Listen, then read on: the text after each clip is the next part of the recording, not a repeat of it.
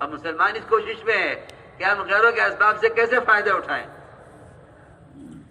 اب حالانکہ میں یقینی بات کر رہا کہ ساری اقوام باطلہ، تمام اقوام باطلہ وہ مسلمانوں پر اللہ کی طرف سے آنے والی نصرتوں سے وہ فائدے اٹھاتے تھے.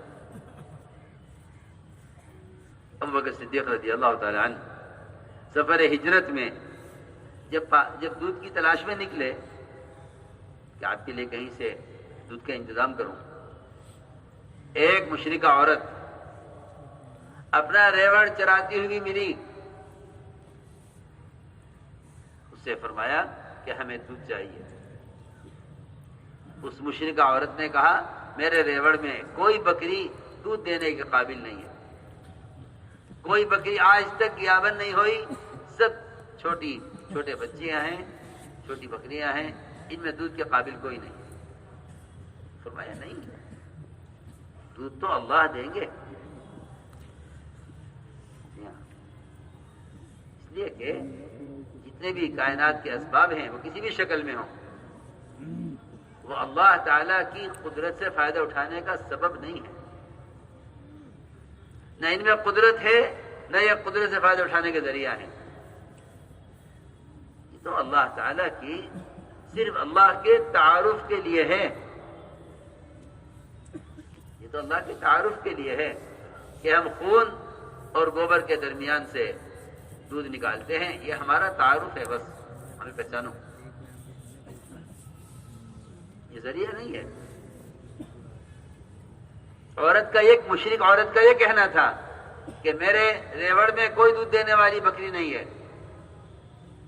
ابوبکر رضی اللہ تعالی نے جواب میں یہ نہیں فرمایا کہ جب تیرے ریوڑ میں کوئی بکری دودھ دینے والی نہیں ہے تو پھر دودھ کیسے مل سکتا ہے. نہیں، ہم تمہیں سمجھانا چاہتے ہیں کہ اللہ کے کرنے کے اسباب یہ کائنات کے نقشے نہیں ہیں. اس کے کرنے کے اسباب مومن کے اعمال اور مومن کا یقین ہے.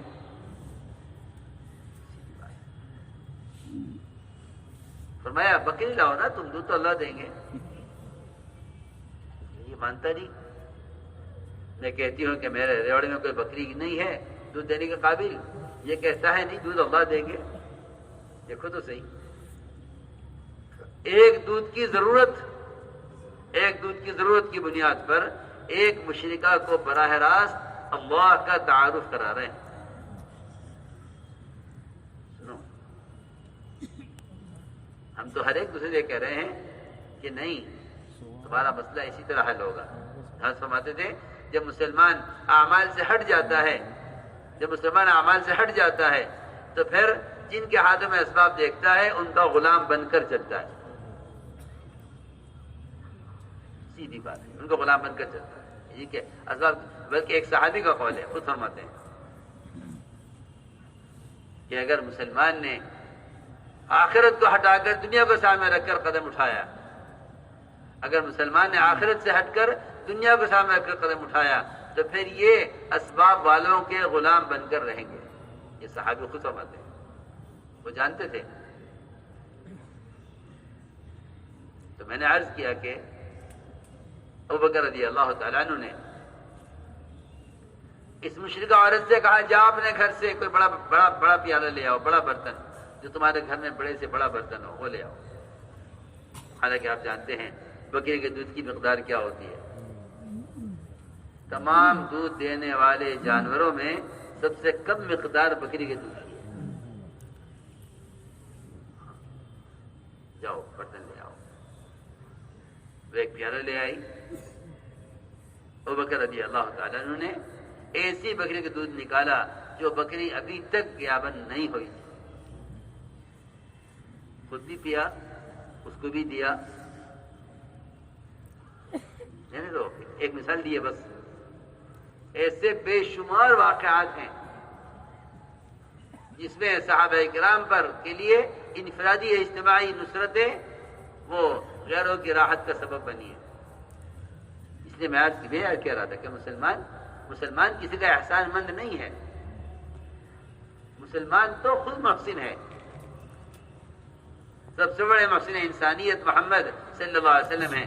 تو غور کریں کہ آپ صلی اللہ علیہ وسلم کا کیا معاملہ تھا ستانے والوں کے ساتھ. سب سے پہلے اس پر غور کریں کہ کیا معاملہ ستانے والوں کے ساتھ تھا.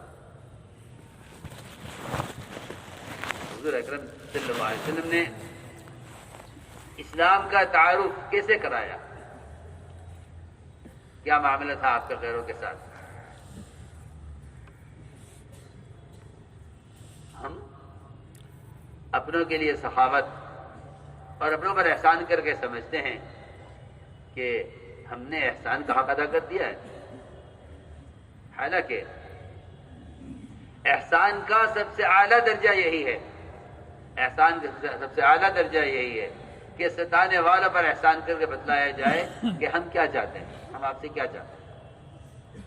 حضور اکرم صلی اللہ علیہ وسلم سے اسلام کو سمجھنے کے لیے اور آپ صلی اللہ علیہ وسلم ساری انسانیت سے کیا چاہتے تھے، اس کو آپ نے اپنے اخلاق سے اور اپنے معاشرے سے، اور حضور اکرم صلی اللہ علیہ وسلم نے اپنی تیز آندھیوں سے زیادہ تیز چلنے والی سخاوت کے ذریعے بتلایا کہ ہم کیا چاہتے ہیں.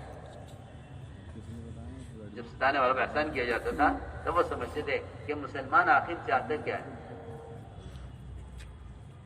جی ہاں، اصل بات یہ تھی کہ ستانے والوں پر احسان کر کے معلوم ہوتا تھا کہ مسلمان اصل حقیقت میں چاہتا کیا ہے. اس لیے میرے دوستوں بزرگوں عزیزوں، اگر اس ضابطے پر مسلمان نہیں ہے تو میری بات یاد رکھنا کہ جب تک مسلمان اپنے آپ کو مظلوم کہتا رہے گا اللہ کی مدد نہیں آئے گی. اس لیے کہ مظلوم بننے کے دو رخ ہیں. میری بات توجہ سننا، مظلوم بننے کے دو رخ ہیں کہ مظلوم بننے کے دو رخ ہیں. ایک مسلمان کا مظلوم ہونا مخلوق کے سامنے، ایک مسلمان کا مظلوم ہونا اللہ کے سامنے. ہماری بات توجہ چاہتی ہے.